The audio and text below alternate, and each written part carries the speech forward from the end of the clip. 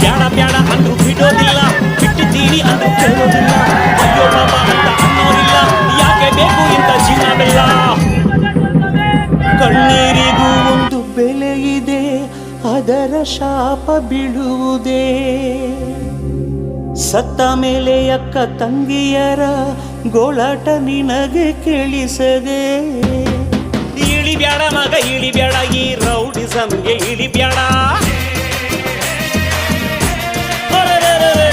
ಇಳಿದಾರು ಎಲ್ಲ ಬಿಟ್ಟಿದ್ದೀನಿ ಅಂತ ಎಲ್ಲೂ ಬಾಯಿ ಬಿಡಬೇಡ.